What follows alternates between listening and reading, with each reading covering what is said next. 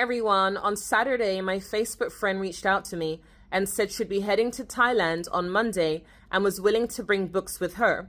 Now, unfortunately, today, Monday, is not July 7th, and the library willing to donate informed me that they would be unable to do so before the 7th of July.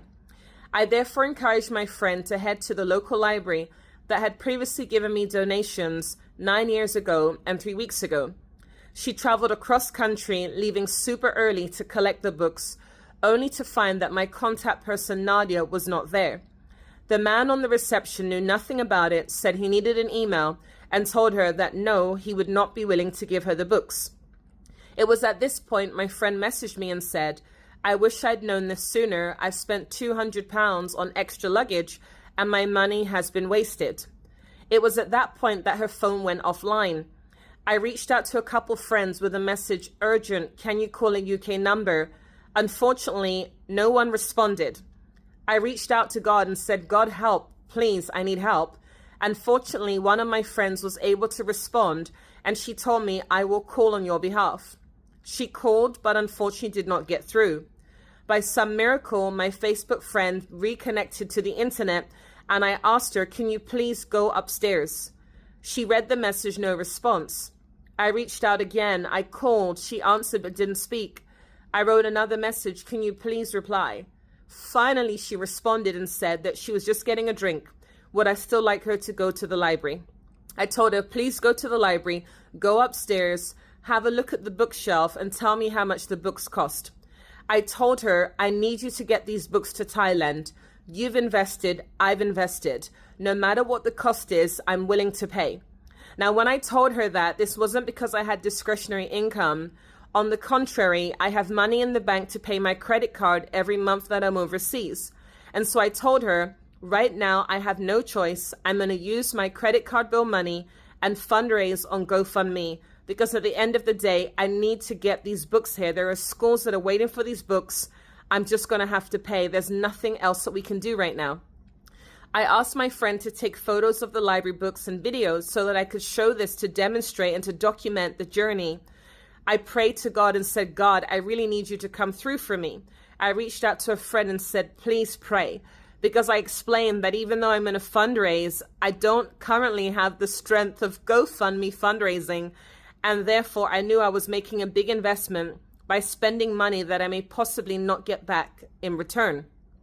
Fortunately, the library books only cost 20 pence each.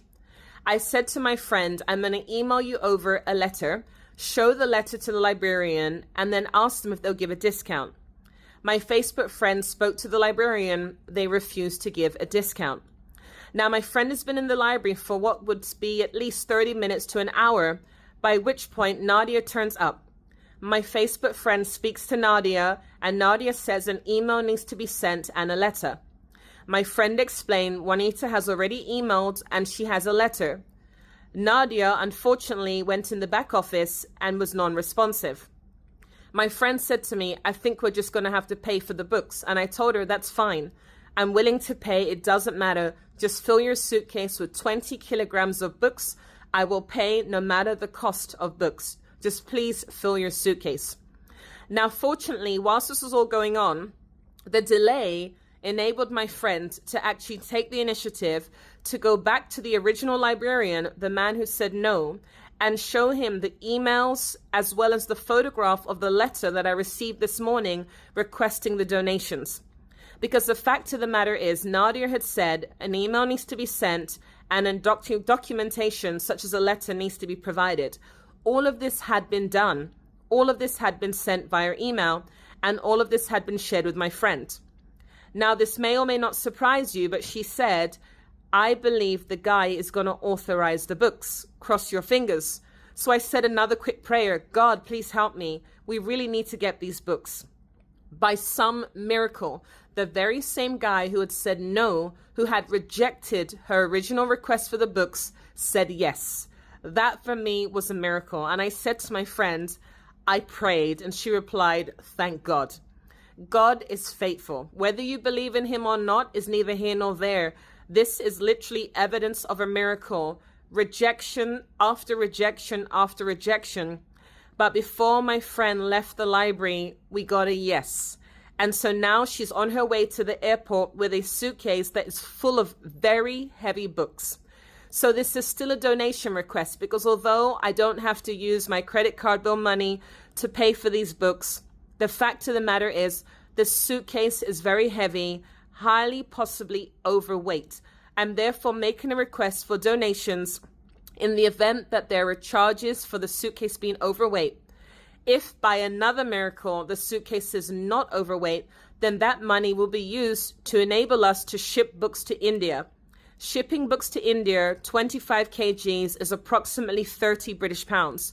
So any money received that will not be used to pay for the cost of overweight charges when my friend heads to the airport tonight will be used to ship books to India. Please will you support. I believe that education is crucial.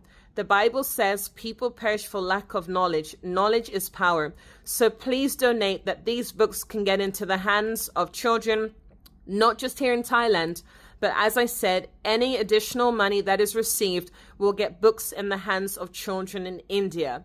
This right here is a testimony that when you have persistence, when you don't quit, don't give up, when you're willing to sacrifice and give from the little that you don't have, that things truly will work together for good.